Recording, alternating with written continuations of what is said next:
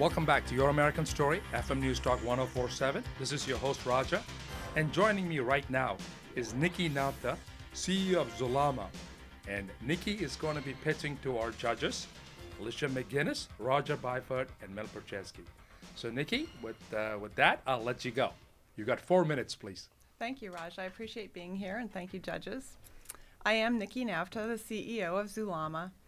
I worked in educational textbook publishing for over 20 years, so I know educational products and how they get sold into the K-12 education market. About 5 or 6 years ago, I got frustrated with my textbook customers because they were really slow to adopt new digital and mobile technologies that I thought had a huge potential to change education. And at about the same time, and I think a lot of parents out there probably had this same experience, I was horrified as I watched my 2 teenage sons become obsessed with playing video games. But I didn't just tell them to turn off their video games. I thought maybe there's something here because they were so engaged in these games. So I did a lot of research, and sure enough, I found out that there is a growing body of knowledge among well-respected educators and university researchers that show that both designing video games and playing video games can be extremely engaging and educational. So when I started Zulama, I founded Zulama 4 years ago. I worked with faculty at the Entertainment Technology Center here at Carnegie Mellon University in Pittsburgh to develop a program that teaches high school students how to develop, design, and program video games. So our program is being used by over 20 paying schools right now, and they are reporting an almost unbelievable increase in the student engagement, and they attribute it directly to the Zulama program. So you might be wondering why schools really even care about student engagement. They've got a lot to worry about these days.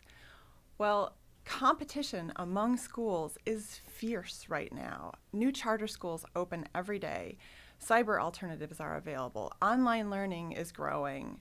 Homeschooling is on the rise. And in the U.S., we still have a pervasive high school dropout rate.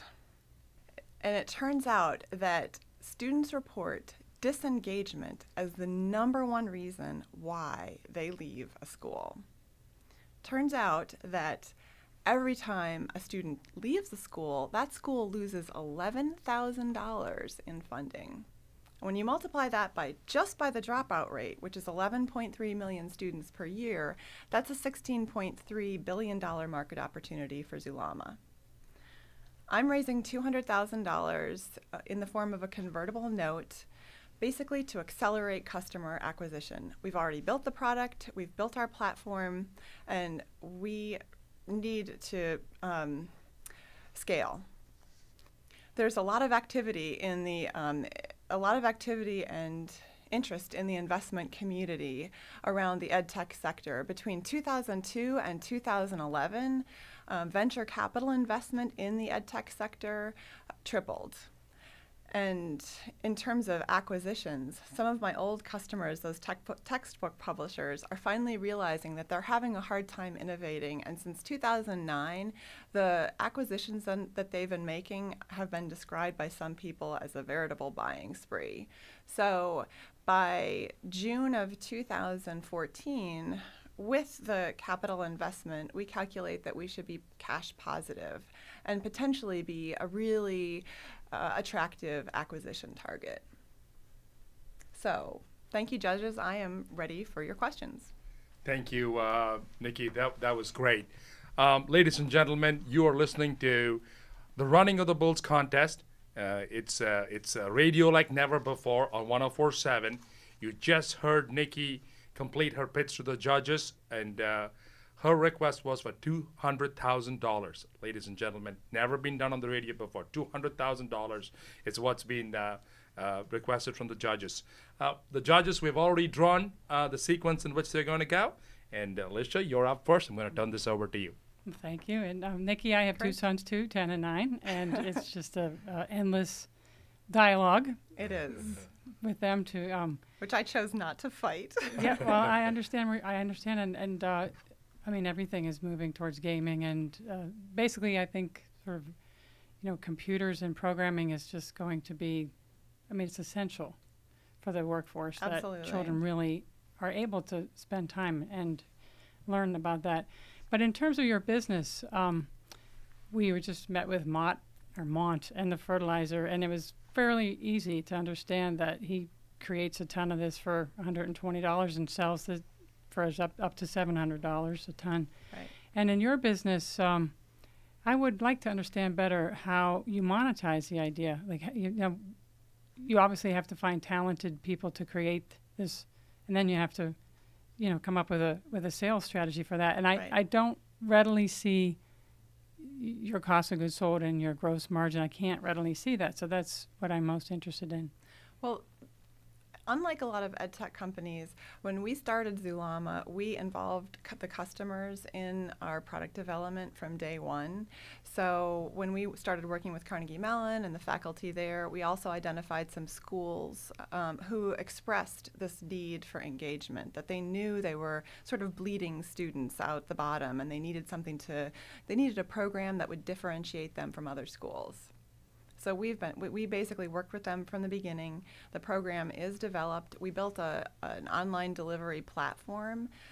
So all of that is already built. The founders, the money that we put into the company paid for all of that. So now when we get a subscription schools pay on a subscription basis. So when we onboard a new school, most of our cost of goods are just extremely low. Most of that is profit. Do you have to work alongside state standards as well? I mean, we do. Right. All of our content is correlated to the Common Core state standards. And do you find that you have a ready supply of authors and curriculum writers for your material? Well, right now, are you saying it's all written? Yeah, right now we're really just working with the Video Game Academy, which is a series of 8 courses, 8 semester-long courses.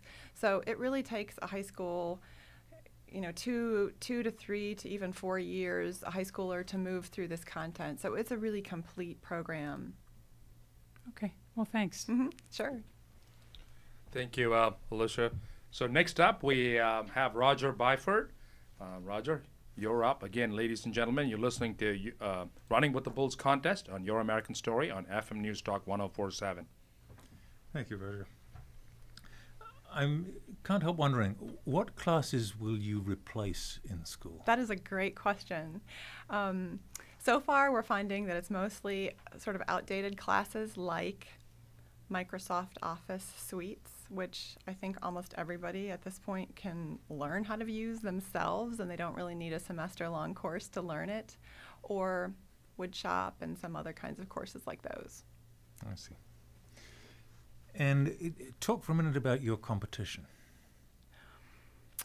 Well, we really, we actually look at our product right now as sort of being a dropout prevention product. And most of the other dropout prevention products deal with remediation. They try to sort of fix the problem once it's started.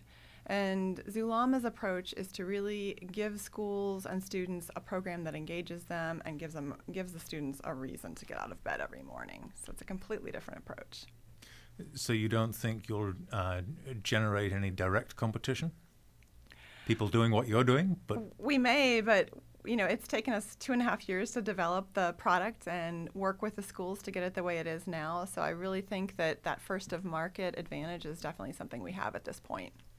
So you will be cash flow positive, you think, by June of next year? Correct. We have, the way Zulama's pricing works is we start with a $10,000 pilot program, and then the second year schools purchase a full year license, which is right now between $30,000 and $50,000.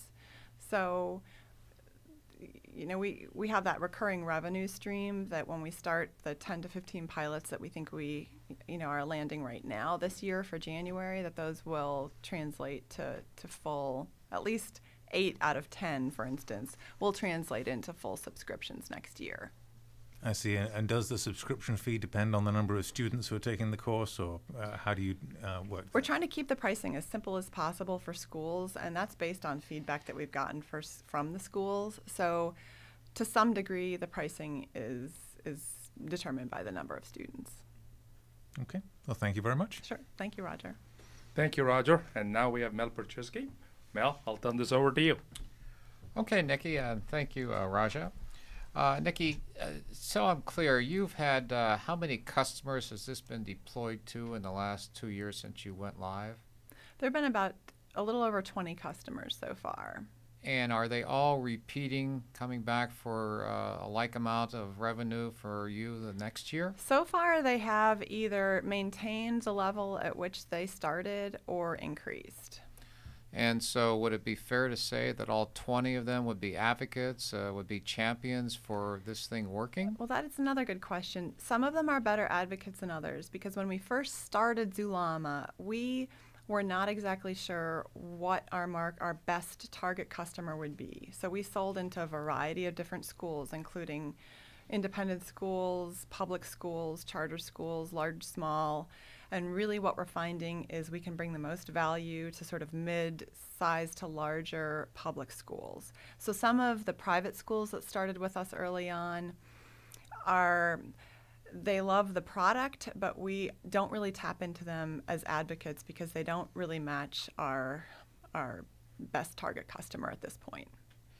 Okay, what I'm really trying to drive at is I'm trying to understand whether or not what you've got is what I'd call a good or a great opportunity. Okay. And for me, you know, when an entrepreneur claims that they've got something, you know, that's going to do X, usually I don't understand the significance of that because that's not my area of expertise. Right. And so I'm not clear whether or not they're just biased and saying X is good when it really isn't. Or maybe it could be great and they are clear on how to articulate it so that I can be clear that it really has great potential. Mm-hmm. But one of the ways I could find out is if you do have really happy customers, and again, if you've sold 20 and say 10 of them are your pure target, you know, as you revise your target, if those 10 are your targeted customers and they're saying great things, well, then I'm going to be interested. Right. So I'm going to want to know between now and the next time we chat what your customers would say about this, those top 10 or so. I will send you a link to a video that we just finished taping on the Zulama website. It's about a 3-minute segment, and we taped it at one of our mid-sized public schools. And I think the proof is in the pudding. I hear what you're saying. And the superintendent, a board member, we have a couple teachers and a few students on the video basically talking about their own experiences in the program. And it's pretty powerful. I mean, a student saying, I had a .87 GPA, didn't really know why I was even in school, started taking the Zulama course, and this year I'm pushing on a roll. Wow. .87, you mean as in less than 1? Is in less than 1. Wow. Yeah. Okay. Well, and do you have that for one school or a lot of schools? That's our primary school. Okay. There are a few schools in that category, but right now, you know, we're looking for some more schools that share the same characteristics as that one. Okay. Great. Thank you. Sure. Thank you, Mel. At this point, Nikki, I'm going to turn this over to you for you have your 1-minute close. Great. Thank you, Raja. I think what I'd really like to reiterate is everybody always says that education is a very difficult market to sell into, and in some ways that's very true. But one of the things that I see when I look around at my competition and also other ed tech startups is that a lot of times they are startups that were developed by teachers or other people, and they think there's a market, but in reality, when they get out there, it's either not the market they thought it was, or people actually won't pay what they need to be paid in order for that product to be successful. And one of the best bits of advice that I got early on in this company was to make sure you develop the product alongside your customer and to ask the hard questions like, how much will you pay for this? How much is it worth to you? And so we've been doing that from the very beginning. So in terms of a company that has a solid business model behind it, you know, I think Zulama is the one that I see out of a lot of sort of noise in the ed tech space. Thank you, Nikki. Sure. For those of you in the audience, you just heard Nikki finish up this segment, and she's asking for $200,000 from the judges. If you liked her pitch, please go to our website. It's www.youramericanstory.com, and Zulama and Nikki will be there. You can cast your vote for Nikki, and by you picking the audience winner, they receive $2,500 cash and open all kind of doors here. Now, she mentioned hard questions, and you heard our really excellent panel of judges and investors ask the really hard questions. So we're coming to the end of our segment right now. So stay tuned for the next segment, which will be airing next week. Again, you're listening to Running of the Bulls contest, the first ever, and you seeing behind the scenes how investments are really, really made. Stay tuned. Again, this is Raja, your host on 104.7, and we'll be right back.